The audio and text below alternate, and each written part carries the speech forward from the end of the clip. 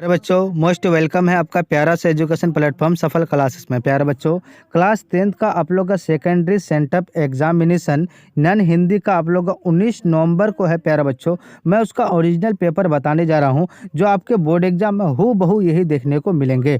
प्यारे बच्चों, 100% गारंटी के साथ आपको ये पेपर बताने जा रहे हैं जो आपके बोर्ड एग्जाम में 19 नवंबर को 100% हूबहू यही देखने को मिलेंगे। अगर आपको नहीं लग रहा है तो आप अनसब्सक्राइब कर देंगे, ठीक है। द्वितीय भारतीय भाषा हिंदी, सब्जेक्ट कोड आपका यानी सेट कोड जो है आपका ए रहेगा, सब्जेक्ट कोड आपका 101 रहेगा और आपका जो है प्यारा बुकलेट नंबर जो है प्यारे बच्चों आपका ये रहेगा 03066 है ना। उसके बाद क्या होगा 00, ये आपका बुकलेट नंबर रहेगा प्यारे बच्चों। टोटल आपका 100 ऑब्जेक्टिव पूछा जाएगा जिसमें से आपको 50 ऑब्जेक्टिव का जवाब देना है और 50 सब्जेक्टिव का। तो प्यारे बच्चों, ऑब्जेक्टिव बता दिए हैं, अभी जो है सब्जेक्टिव का बताने जा रहे हैं। जो भी चैनल में नए हैं चैनल को सब्सक्राइब कर देंगे, लाइक कर देंगे। ये निर्देश है प्यारे बच्चों, इस निर्देश को आप पढ़ के समझ सकते हैं।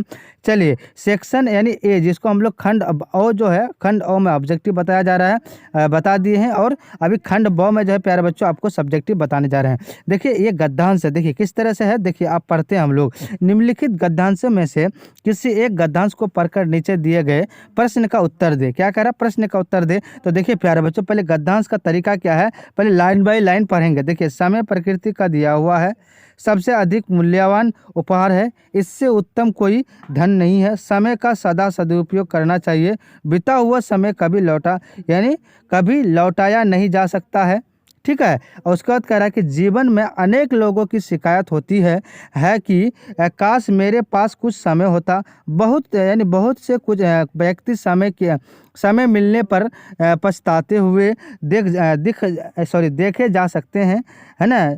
उसके बाद यह सत्य है कि इन लोगों को कुछ समय और मिल जाता तो परिणाम कुछ और ही होता, लेकिन यह संभव नहीं है कि बीते हुए समय को फिर लौटाया जाए। यदि वे अपने कार्य को कुछ समय पहले ही शुरू कर देते तो फिर उन्हें पछताना नहीं पड़ता। समय पर कार्य करने वाले व्यक्ति को कभी निराशा का मुंह नहीं देखना पड़ता, ठीक है। प्यारे बच्चों, आप देखिए फर्स्ट नंबर क्वेश्चन का आंसर बताएंगे। देखिए फर्स्ट नंबर क्वेश्चन क्या कर रहा है, समय किसके द्वारा दिया हुआ मूल्यांकन है प्यारे बच्चों, ठीक है। तो आप देखिए क्या है, समय प्रकृति का दिया हुआ सबसे अधिक मूल्यवान उपहार है, इतना लिख दीजिएगा, आपको 2 नंबर आसानी से मिल जाएगा, ठीक है।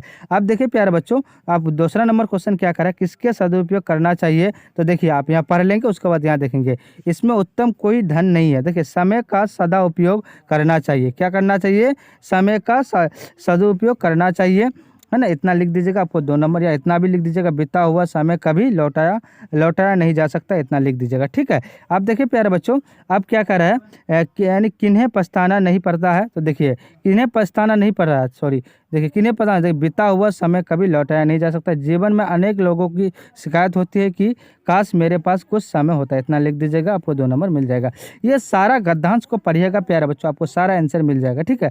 आप देखिए ख नंबर में कह रहा है, ये देखिए गद्यांश, इसको पढ़ेंगे लाइन बाय लाइन, उसका तब फिर हम जो है क्वेश्चन को हल करेंगे। कह रहा है कि मोहन राकेश का जन्म 8 जनवरी 1925 ईस्वी को हुआ था।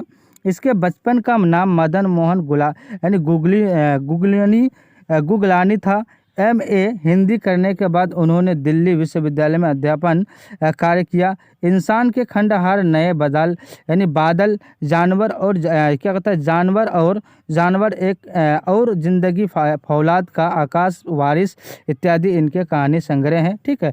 देखिए प्यारे बच्चे, ये पूरे लिख लीजिएगा। अब देखिए मोहन राकेश का जन्म किस वर्ष हुआ था। तो देखिए इसको पढ़ेंगे, मोहन राकेश का जन्म 8 जनवरी 1925 ईस्वी को हुआ था, इतना लिख दीजिएगा, आपको 2 नंबर मिल जाएगा।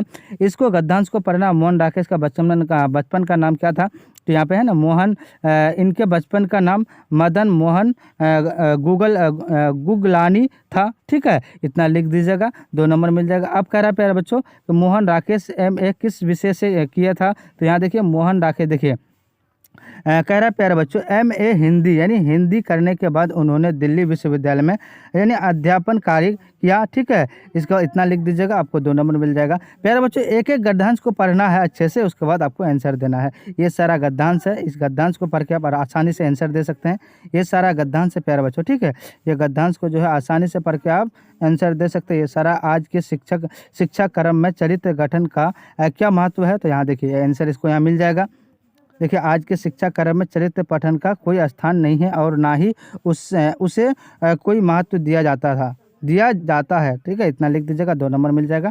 अब चलिए प्यारे बच्चों डायरेक्ट हम लोग क्वेश्चन के ओर पढ़ते हैं। ठीक है, आप देखिए वो गद्यांश को तो समझ लिए। अब देखिए कह रहा है कि निम्नलिखित में से किसी एक विषय पर दिए गए संकेत बिंदुओं के आधार पर लगभग 250 से 300 शब्दों में लिखेंगे। तो हम लोग लिखेंगे। ठीक है, 100 यानी 100 यानी 250 से कितना 300 तक आप लिखेंगे तो कितना 10 नंबर मिलेगा। ठीक है, भूमिका में, महत्व या प्रकार में, जिसमें भी आपको आता है मैं एक में बता देता हूँ आप लोगों को। ठीक है, आप लोगों को जिसमें आता है उसी में लिख दीजिएगा। अब देखिए इसमें क्या करा मैंने, ग्रीस में ये अपवाद में है। ये क्या करा पे अपने प्रधान अध्यापक के पास एक आवेदन पत्र लिखे जिसमें बीमार माँ के देखने जाने के लिए छुट्टी का निवेदन हो, ये लिख दीजिएगा। उसके बाद ये लिख दीजिएगा निम्नलिखित प्रश्नों में से किन्हीं 5 प्रश्नों के उत्तर प्रत्येक का लगभग 20 से 30 शब्दों में दे, है ना। प्रत्येक प्रश्न कितना है, यानी 5 प्रश्न का उत्तर देंगे, प्रत्येक प्रश्न 2 नंबर का। ठीक है, 20 से 30 वर्ड में लिखेंगे।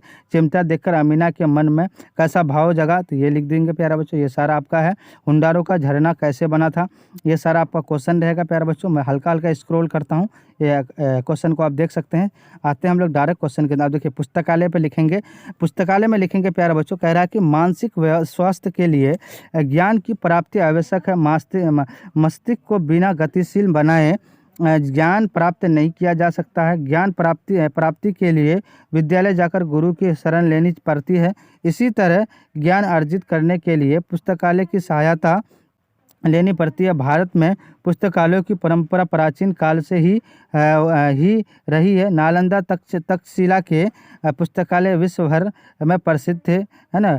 मुद्रण कला के साथ ही भारत में पुस्तकालयों की लोकप्रियता बढ़ती जा रही है। ठीक है, ये लिख दीजिएगा प्यारे बच्चों। चली गई, ये पूरे लिख दीजिएगा, ये सारा आप लिख दीजिएगा। ठीक है, ये आपको 10 नंबर मिल जाएगा। ठीक है, ये पूरे लिख दीजिएगा, ये 10 नंबर का है। ठीक है, आप देखिए कह रहा है कि प्रिंसिपल पे तो क्या करेंगे, नॉर्वे हायर सेकेंडरी स्कूल वेला फैक्ट्री, जो आपका जो भी स्कूल रहेगा, यहाँ विषय में लिखना मेरी माँ बीमार के कारण छुट्टी के अनुरोध के लिए आवेदन, ये पूरे लिख दीजिएगा, है ना। आपको पूरा नंबर मिल जाएगा, है ना, 5 नंबर मिल जाएगा। अब देखिए हामिद के हाथ में चिमटा देखकर अमीना के मन में पहले गुस्सा आया और फिर वह गदगद होकर रोने लगी। अमीना को हामिद की नासमझी पर गुस्सा आया क्योंकि उसने कुछ नहीं खाया पिया और ना ही कोई खिलौना लाया था। लेकिन जब हामिद ने बताया कि उसने चिमटा इसलिए लाया कि क्योंकि अमीना की उंगलियां तावे पर यानी रोटियां सेकते समय जल जाती थी, तो अमीना का गुस्सा उस समय में बदल गया। वह गदगद होकर रोने लगी और दामन फैलाकर हामिद के लिए दुआ मांगने लगी। ठीक है, इतना लिख दीजिएगा, ये पूरे आप लिख दीजिएगा प्यारे बच्चों। ये सारा है ना, ये पॉइंट बाय पॉइंट ये सारा है। आप स्क्रॉल करके हल्का हल्का करके पूरे आप देख लीजिएगा, पढ़ लीजिएगा। ये सारा आंसर है ना, मैं तो आपको बता ही दिया हूँ, है ना।